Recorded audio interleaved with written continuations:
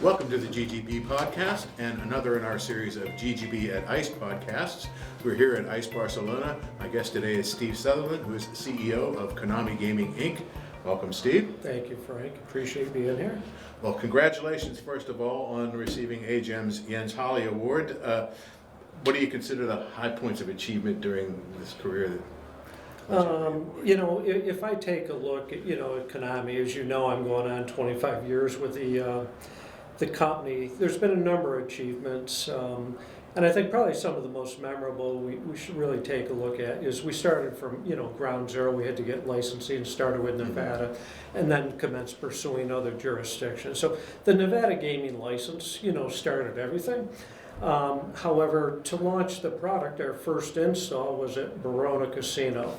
And that was a heck of an achievement because when we launched the product, at Verona, it was the opening of Ticket In, Ticket Out. We installed 56 games. I think it was December 8th or 9th of 2000. The games did exceptionally well, Ticket In, Ticket Out wise. I think they probably did better than every other competitors. The game performance wasn't there, though. So, we were just starting out. So that was extremely successful.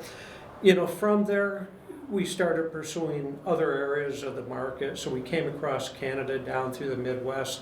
I think one of the key, we had a very key install, a very major order in the Midwest, which today, the Elite Casino Group, out of Iowa, they placed an extremely large order, and I tried to talk them out of doing that size of an order. We didn't have enough content. So, we did what every supplier does. You sell what you can, et cetera. So we had to make that up, but we ultimately came through that.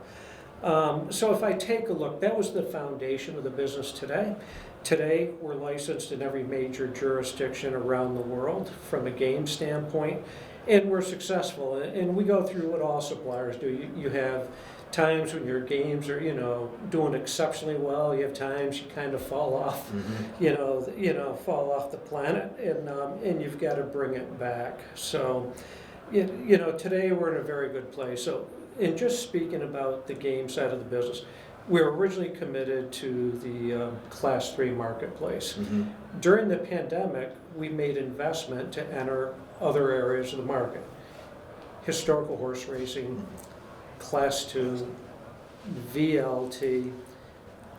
We have successfully entered here over time. The first one was historical horse racing. It's a core segment of our business, somewhat Class 3, but a variant thereof. We did New York State Lottery. We're successful there. That's near and dear to my heart. New York's my home state. Not New York City. I'm from the Finger Lakes area of New York.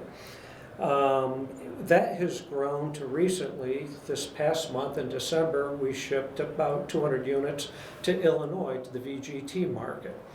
And Class 2 wise, we did make an investment during the pandemic. We are in tests with a product in Florida. In order to expand in Class 2, you need a Native American sponsor to take that further. We're currently working with a potential partner, and then our sales team will start launching that. So that means we've hit the major aspects of the business. So I'm very proud of that. On the systems side, that was a business that was acquired in August of 2001. That has grown significantly. When we acquired that business, they had about 2,000 connections. We're up to about 136,000 connections today.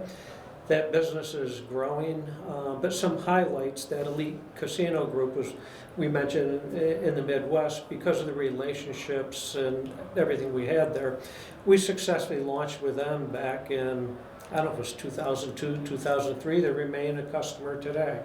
But some of the other highlights, if you take a look system-wise, the securing of the casino group in Quebec, the casino group up there, we've been operating up there for about 17 years. That was a government RFP. Myself and a Tom Sukup, who we decided to do the RFP as a test to see how good our team could respond.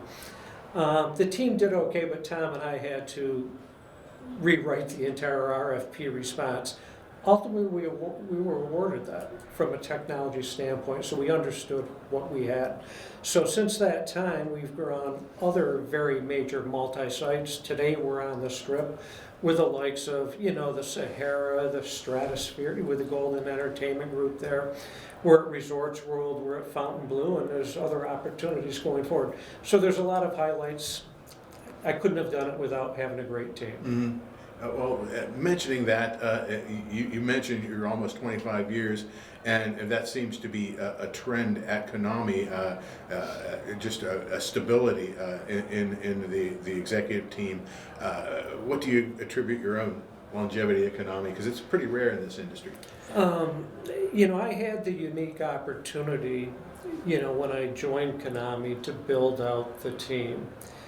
And we were very selective on the people that we're bringing in. And you have to understand, I'm more of an entrepreneur versus the corporate type person. And in order to start up and or turn around a company, it's a different group. It's a different mindset, okay? It's all about fulfilling your commitments, okay? And that's the foundation of the company. Every employee and our employees here at multiple times from here is, as a company, we fulfill our commitments. Number two, when we're successful, be extremely humble. Those are core tenets of mine. So as we're hiring people, if those people don't have that commitment to the customer and the industry, okay, and if they're not humble, and the other thing is, if they're unwilling to fulfill their commitment to the company and dedicate your time, when you're in a startup, your focus is success and not at any cost because you have the customer. So as I take a look today, you mentioned that the team's been around for some time. I think it's on average 17, 18 years. Mm-hmm. These people have been at my side, and the longest person's been at my side for 24 years, the gentleman that runs our systems department. We are a team. We work very closely together. We're very open door with our employees coming in. At any point in time, you can come see me. If the door's locked, knock on the door, somebody come answer it, and they're welcome in. So we have a very open culture, but it's all about fulfilling our commitment to the customer base and fulfilling our commitment to our shareholder. But I also have to understand that my role, and from the management standpoint, it's fulfilling the commitment to our stakeholders. Mm-hmm. Stakeholders, of course, we've got our customer base, but most important are the employees. They are the most critical asset. Mm-hmm. We work in a wonderful industry, and if we're all pulling in the same direction, it makes you want to come to work every day. Yeah, you announced a couple of new additions to that team this fall, in Stephanie Lau and Eric Schultz. How has that strengthened your overall team? Okay. As we take a look when you're establishing a company, companies, as you're going down that river or down that path, you're going to divert a little bit, or, the type of people that you need changes. When we started on the system side, just like on the game side, mm-hmm. Okay, you have more. We're an R&D company first, then everything's distribution services and support services after that. We started out a lot of R&D people, brought in some great customer-facing people on the sales side, customer-facing on the service side, well-trained, etc. We saw, like with our systems group first, probably about 10 years ago, we had a lot of R&D people, we had a great product. We missed the connection with the operator. Mm-hmm. Okay, we recognized that we were at that stage. So we went out and started hiring from, the casino side of the business, the operational experience, and mm-hmm. speaking more their language, to bring the company closer to that.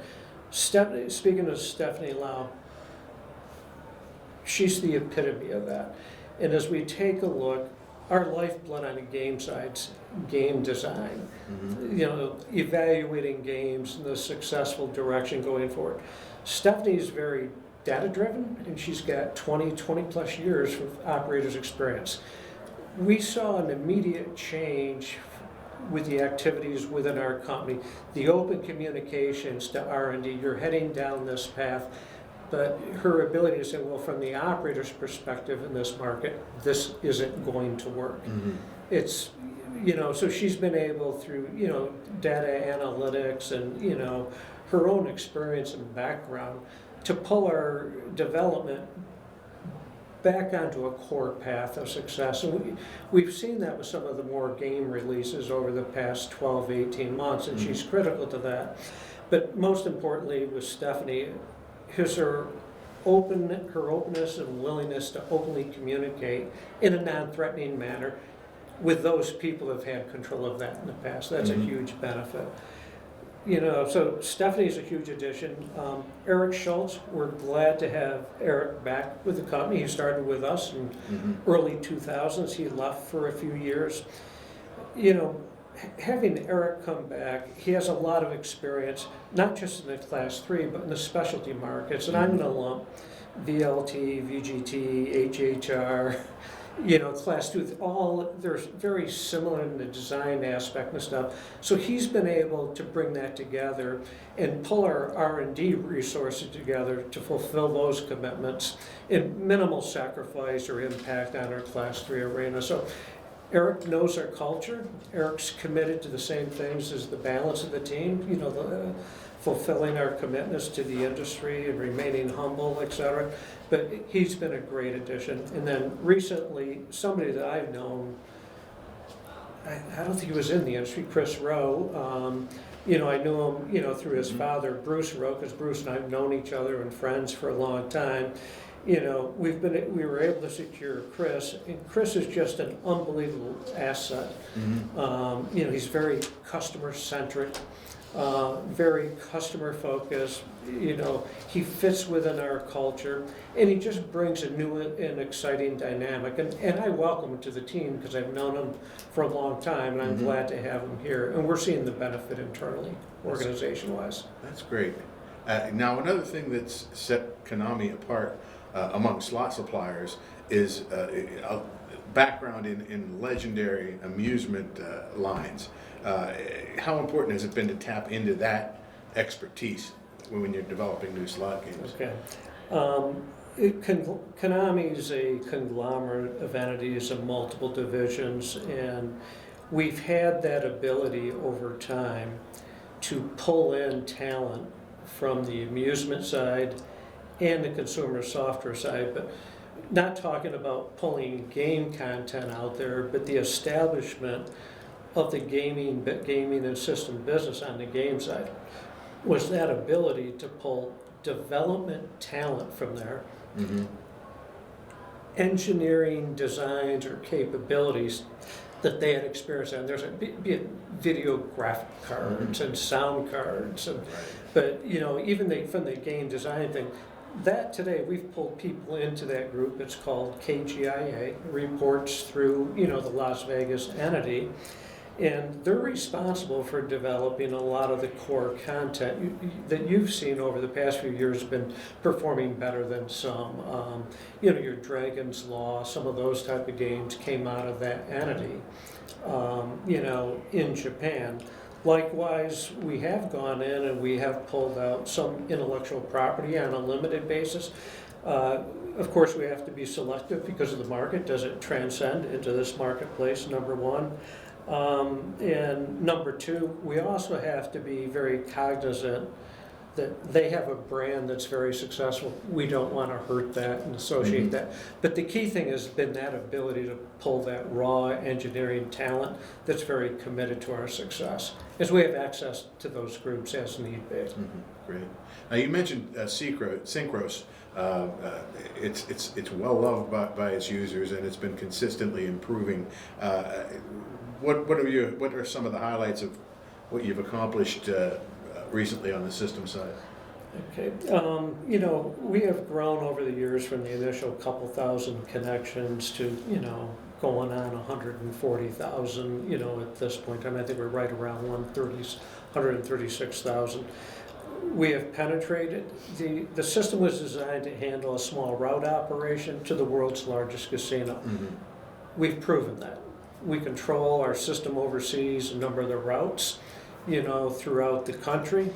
It operates on the majority of the cruise lines. And then, we're in all these, major casinos. Most recently, while our focus has been originally, you've got slot accounting, table accounting, all your player marketing services, et cetera. We have stepped in very heavily into the biometric field with Sync Vision. And right now it's being utilized in certain markets, and we're just coming out of test, in a key Asian market to identify those core players that get access, okay? And I think everybody understands that we can do much more with that. We can do what we call the patron zero, the uncarded patron. Well, if you start gathering some of that information, and if you're allowed to do it from the privacy laws, et cetera, patron zero can now be identified as this party. You may not have the name, the attributes, so you can now start marketing to them. So we're at phase one of what's being allowed in the marketplace, and there's a lot of interest in Asia. There's some interest in Australia. Ultimately, we'll take that next step in the US. So it's an outstanding product, and the people that are pushing that, I'm very respectful of and appreciate what they've done for us. On the other side, we have the Kinetic apps, which is our employee-facing application. We're trying to make it easier to communicate with the floor personnel immediately of certain actions that have to take place. And we're building that out further, those applications, to make it more efficient, not for the employees, but ultimately it impacts the customers, the patrons. If you can process a jackpot quicker, or be dispatched quicker, or deal with all these other components immediately, it's a huge benefit to the casino and just as much to their patron ultimately. So we're excited about that. I get accused of being more interested in the system side. Based on my background, I understand that technology and I understand the benefit. I'm still waiting for the day, and hopefully I'm still there when we start utilizing that system to do a little bit more at the game side. So that's one of my core things. It may happen after I'm retired, but it's a core component of mine. So what are some of the highlights of this show? What's new and exciting at ICE for Konami? For Konami, you have to understand that from the way we develop products and stuff, things start in our major markets of North America, Australia, et cetera. What you're going to see here at the booth, you're going to see some of our, the games that are doing exceptionally well. In North America, Australia, we've got like Charmsful Link, Bingo Frenzy. These games are hitting reports like the Eilers reports, et cetera. So we're bringing those to the market. We have found that certain content in those other markets resonates here. So you'll see those on our booth. So we got Charmsful Link, Bingo Frenzy.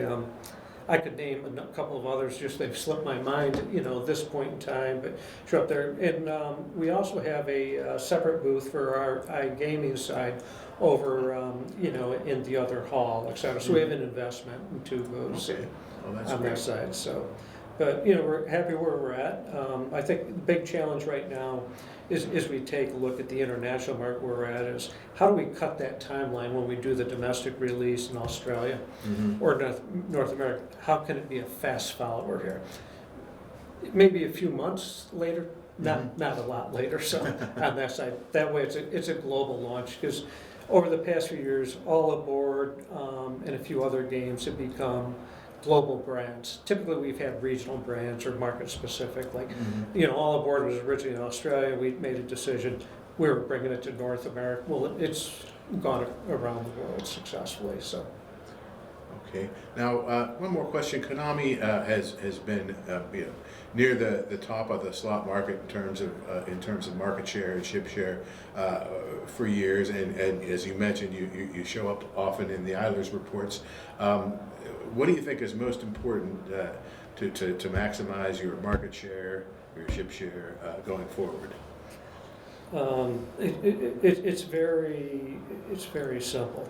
Is that our employees are focused on our customers in delivering quality product. And as we somewhat discussed initially on this, at times, from a product standpoint, you're in fashion and out of fashion. Okay, so if we deliver a product that's out of fashion, we have to have that undying commitment to fulfilling our commitment to providing them good products. So that's the focus of success. We are R&D first. We need great product. At times we don't hit that, but if you're humble and you fulfill your commitments, good products come out. Make sure as those new products come in, you go fix the products in the field that aren't working. So that's the reason for success, and that's why I show up every day. Okay, Steve Sutherland, thank you very much for being on the podcast today. Thank you. And thank you for viewing.